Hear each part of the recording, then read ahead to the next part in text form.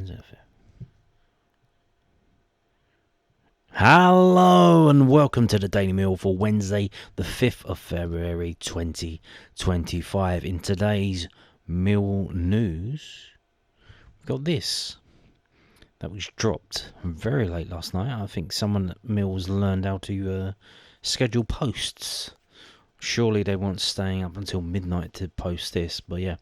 Lions new boys train at Calmont Road. So pictures from training from yesterday, not from this morning. So there we go. I'll see if I can remember who everyone is. Sarah Connolly, Benicio Baker, Camille Negley,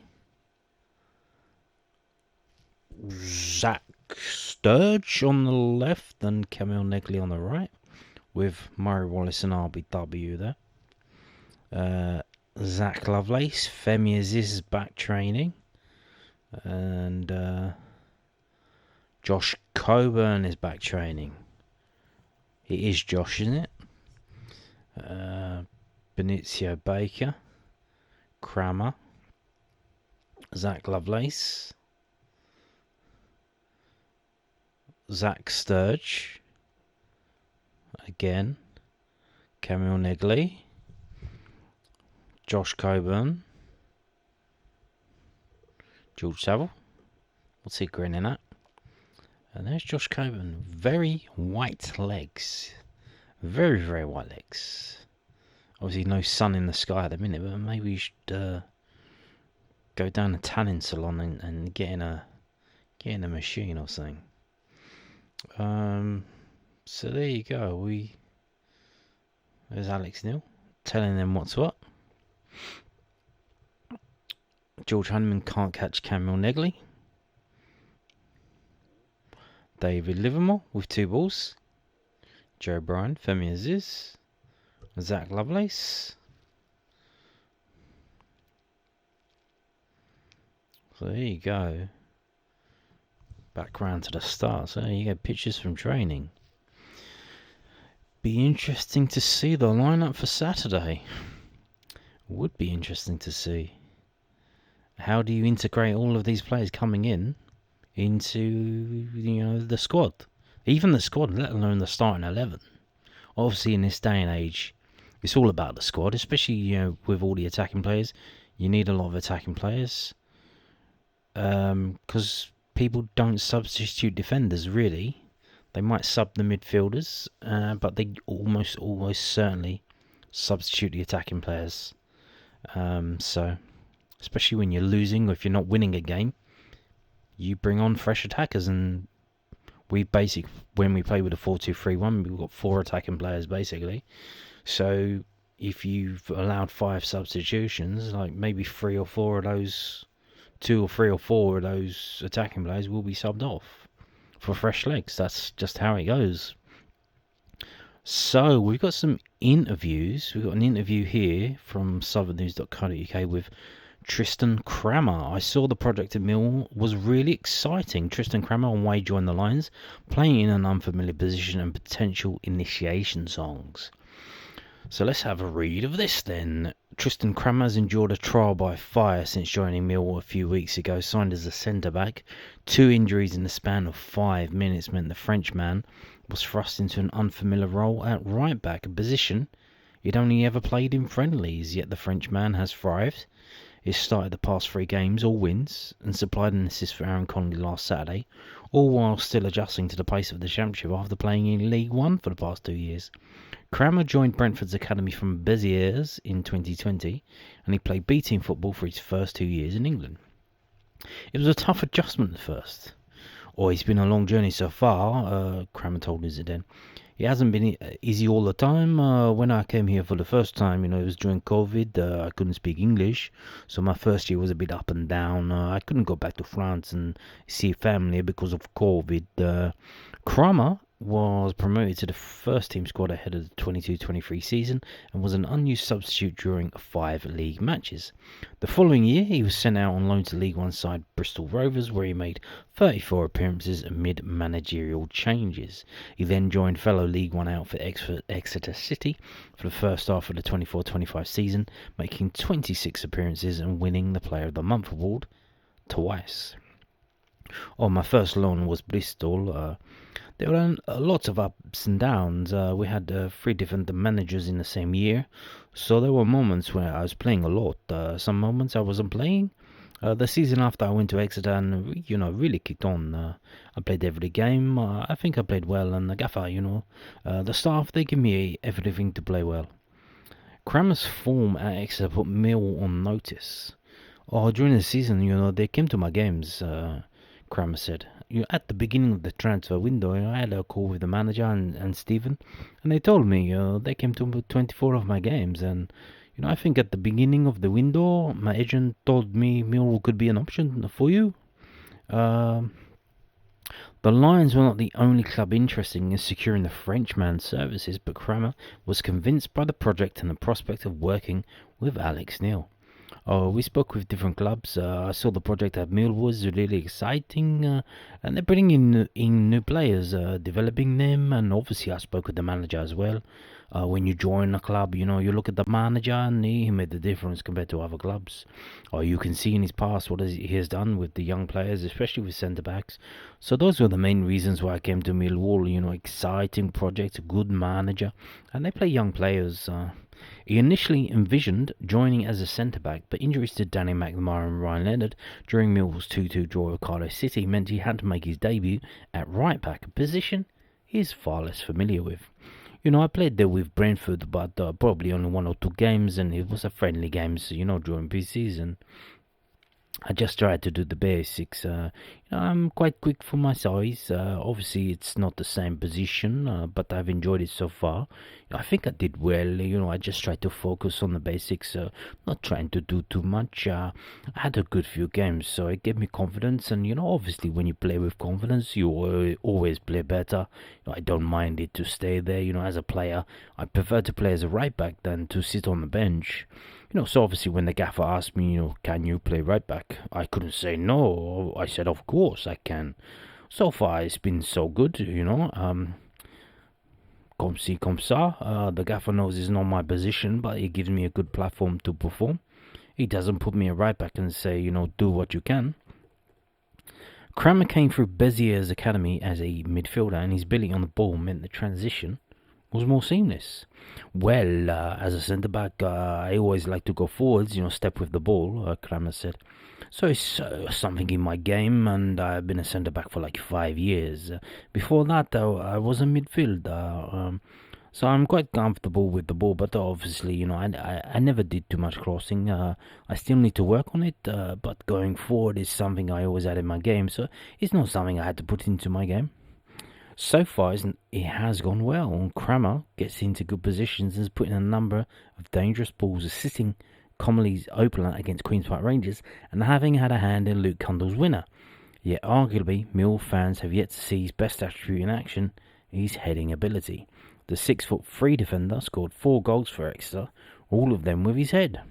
It was something I worked on a lot when I was at Brentford. The timing on set pieces. I scored a few goals when I was younger as well. And at Exeter, I scored 4 goals in 26 games, which I think is good. So hopefully I can score my first goal for Millwall. Crama first has to face a far more daunting task first, singing a song for the rest of the Millwall squad, who he says has welcomed him with open arms. I haven't done it yet, probably next away games, but I don't have too many English songs in mind, so I might have to sing in French. Bonsoir. Why not? Sing in French, they won't understand, will they? They won't have a clue what you're talking about. Now, moving on to this, which I believe has came from an interview on the BBC London sports show, 7 o'clock. And they basically, I think they did like an hour just on Millwall. And it's a thing they used to do, and they brought it back, where they just, every week they talk about like one club in depth. And this week it was Millwall. The first time back, actually, it was Millwall. So, but I think they've taken this interview out of that. So this is from bbc.co.uk. Couldn't be better. Cundle Online's debut winner. Signed for your new club one day.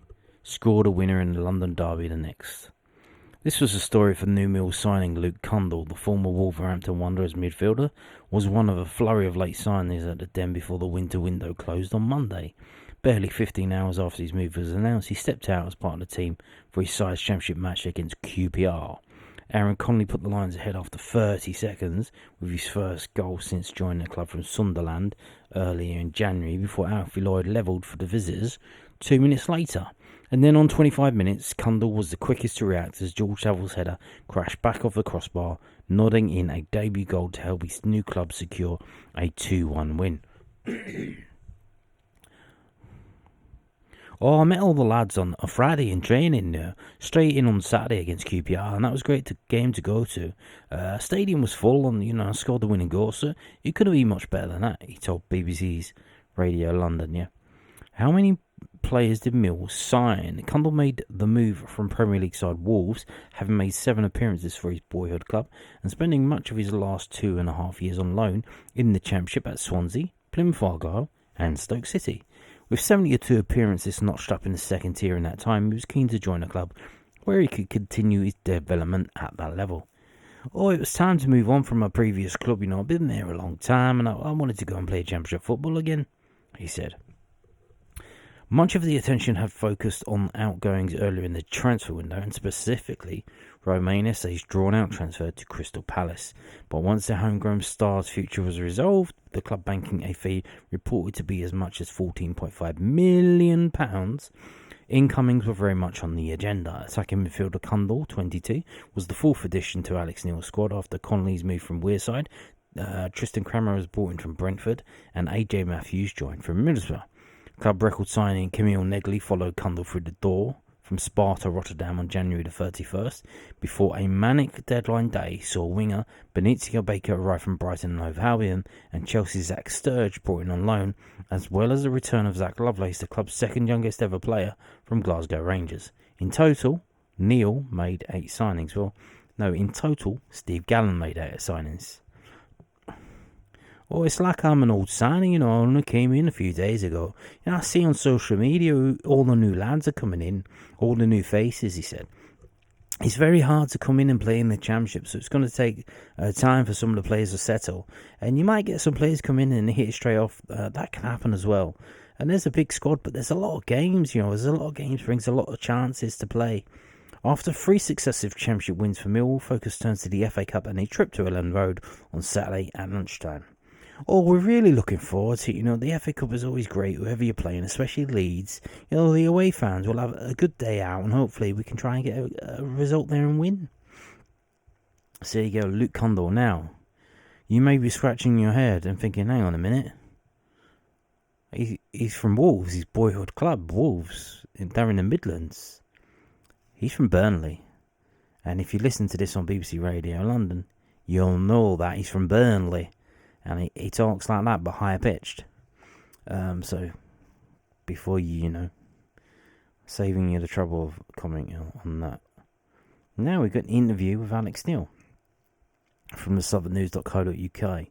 Millwall boss labels QPR win best performance since I've been here, but keen to keep evolving his side. Alex Neil labelled Mill's 2-1 win against Queen's Park Rangers the Lions' best performance since I've been here. Neil was appointed Mill boss on December the 30th, and after failing to win his first 4 league games, has led the Lions to 3 consecutive wins. Their most recent win saw them dominate an informed QPR side in the first half before holding off a late hoops onslaught to secure the 3 points. I watched the game back on my way back down last night. For me, I thought it was the best performance since I've been here. Albeit I thought Luton and, Portsmouth were vital wins. But I thought we used the ball better in this game, and I thought we were more threatening. I thought we controlled the game without the ball, and I think the last 10 minutes, we hadn't driven the box. But we've done that brilliant for years. I was more pleased by how much of a threat we coloured in the match, and I thought in the first half in particular, we pinned them in for long spells, and I thought we were very good. If there was something to fault with the performance, it would be how much pressure Millwall let QPR sustain around the box in the last 20 minutes. The Hoops had 66.8% possession and 9 shots in those last 20 minutes. I think it's our go-to, if you like, because I think that we've been 4-4-2 block for a number of years, Neil said. I think there's a direct correlation probably in the last 5 years, even longer than that, If Millwall have less of the ball, they tend to win games, which is not something that I'm particularly pleased about, but it is what it is, and that's going to take time to change. I think what you did see for the first half of the other day, is we're far more comfortable with the ball in terms of attacking patterns and how you're looking. So getting up the pitch and more importantly, having good structure to do it as well. So I think as far as all that goes, I was delighted with how the lads played. The Lions' recent form gives them a strong platform ahead of an FA Cup fourth-round clash away at rival Leeds United this weekend. Oh, you've got to give it to Leeds the respect they deserve, Neil said. They just went and won 7-0. I know we beat Leeds this season already, but they're a talented team. There's no question about it. They're top of the league for a reason. It's going to be a tough game for us. We've got a couple of guys that are cup tied, so that doesn't help. I think Leeds away is probably the one venue right now across the league that's arguably the toughest, but these types of games in the past, Mill have done particularly well in. So it'll be an interesting match. It will. It's the first FA Cup tie between Leeds and Millwall. Ever, either home or away. Leeds played today. They won today. They've gone 5 points clear at the top of the table today. They think they're going to win the league. They want to win the league. They don't give a shit about the FA Cup, sadly, It is what it is. The FA Cup doesn't really matter anymore. So, I think they'll rotate their squad. I don't think the Leeds fans, that of some of them, the hardcore, will probably be upset. If they let's air quotes throw the game away by rotating the squad. I'm sure they want to win the game. Why would they not? Don't all football fans want to win games? Win every game? Why not? Let's do it. But I think we might have a chance here. So this should be a good one. Shame we can't watch it. It's been moved to an early kickoff, but I guess if you're abroad, you can watch it. I'll tell you in probably Friday's video where you can watch it. It is being shown in foreign television, but for us here, we can't watch it. We can't stream it. It's not on Sky. It's not on Sky Sports Plus. It's not being streamed. So it is what it is. Sadly, But there you go. It is what it is. Now, I'm gonna finish by talking about something tangentially related to Millwall, and that is in the location of Millwall, the ground, but it's not really to do with Millwall. And that's this. This is from the Evening Standard via the MSN.com. It's about cycling. Obviously, there's a cycle route that they got installed behind the den that goes around there. And they're complaining about it now. They're complaining. And there's some report that these twats have wrote, and they're framing it. It's not safe for women to cycle down this cycle path at 3 a.m. in the morning. It's like, are you retarded? Like, are you okay? Yeah, like, bro, that's how it is. Like, was it ever thus? So, obviously, I'm not going to read most of this mumbo jumbo, but I'm just going to go to this. It also highlighted the part of Cycleway 10 near Millwall Stadium that is on an isolated path alongside a railway line with no escape route and blind corners. The research by LCC Women's Network said it's a known hotspot for crime where muggings and bikejackings have been reported. The nearby main road alternative lacks safe space for cycling and is busy and hostile. And then they talk about some other crap. So, let's Let's have a look at what they're talking about. This is the report that they did. It's 12 pages, so you can see. Put a lot of effort into it. And it's full of words. Just a word salad of nonsense that they just put in out. And then obviously you got to have the percentages that have no relation to... percentage of what? It's just... doesn't make any sense. The numbers don't make any sense because obviously they're being used to obfuscate. Although it does say the full methodology and results can be found here. Wow, that's great, isn't it? So we can go down, you can see, and basically they're saying, spend more money. And here we go. Case study number 1, Cycleway 10 near Millwall Stadium. And here you can see the one that is in red, that's what they got now. That's what was created for them to use. And this is what they want to do. The green one, the green dotted one, they want it to go down Surrey Canal Road, then go up Ilden Road, and then join up back to the cycle route. Because what they've done is they installed the bridge many years ago, which I'll talk about. No, let's talk about that now and then we'll come back. So this is from se16.com. It's an archived website that used to exist. Why is it archived? Because this story is from November 2012. You may remember this if you're from the area. This is 13 years ago. A hell of a long time ago. So a new pedestrian cycle bridge was lowered into place. So you may remember this. You might recognise that view, because that's coming out of the South Bermondsey station as you walk straight down, not going down the stairs, and turning left. They took down the cast iron bridge and they put in this bridge. And then they opened up the cycle route to go over the bridge. And this was lottery funded, Sustrans Connect 2 project. What they did, they had to compete for funding with a lottery. So they was, shall we do this? Shall we do this? Let's... not like a vote, but like a panel that decided, okay, we'll fund this one, not that one. So they got funding from the lottery to do this, which didn't make any sense. Why are they building this bridge? It didn't make sense at the time to me, because on the other side of the bridge was people's houses. It was like a little cul-de-sac. So they've rerouted this circle route through these people's houses. So these people now, they were living in a nice little cul-de-sac. No one's going down there.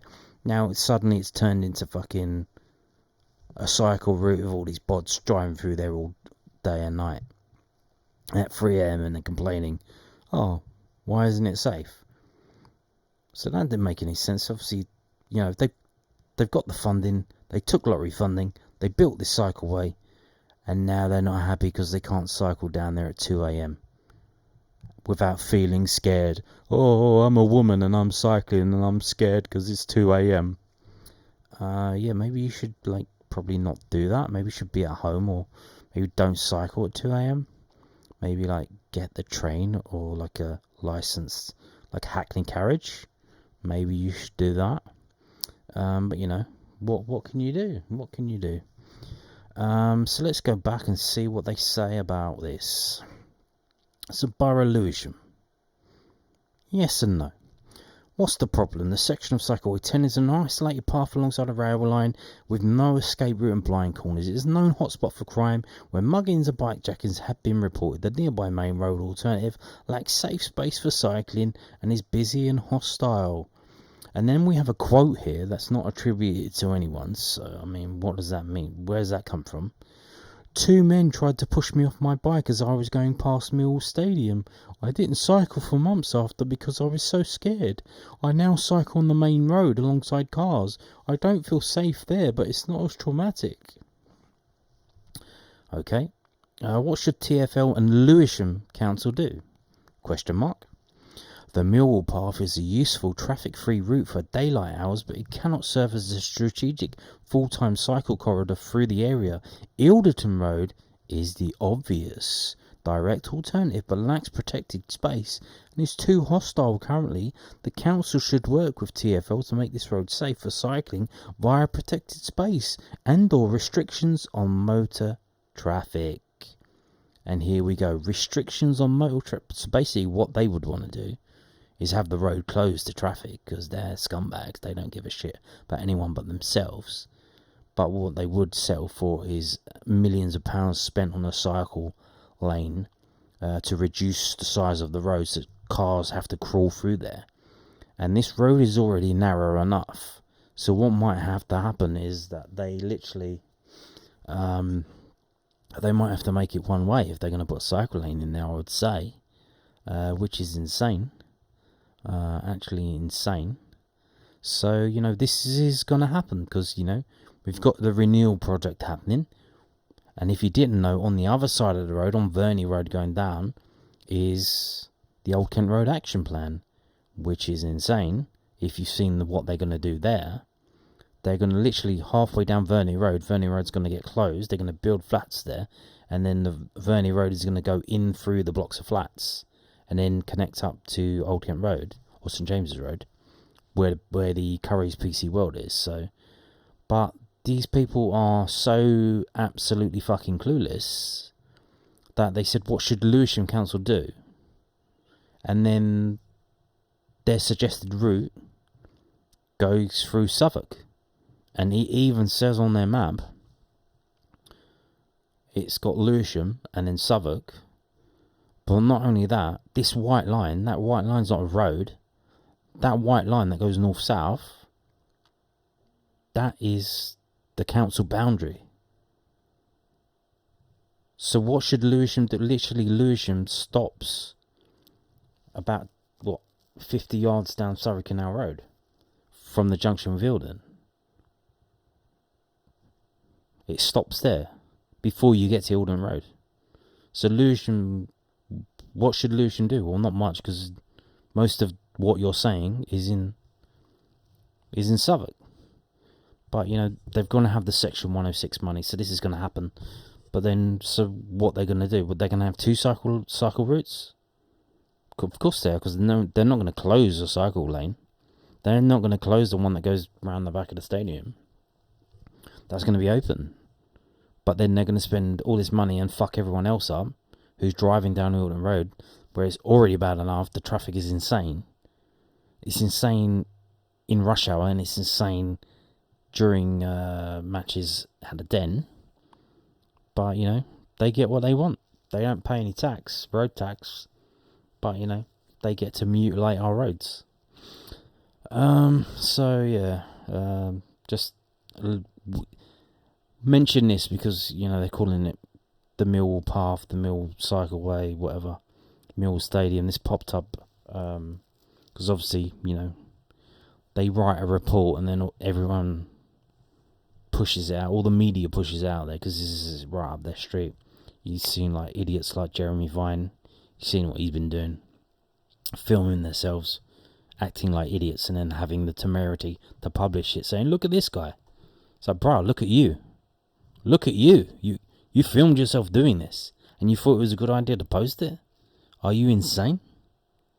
And the answer to that is yes. Yes, they are. They don't get enough B vitamins. Lack of meat, you see. The vegetarian diet is not conducive to mental capacity. And on that note, from a meat eater, thank you for watching, and goodbye.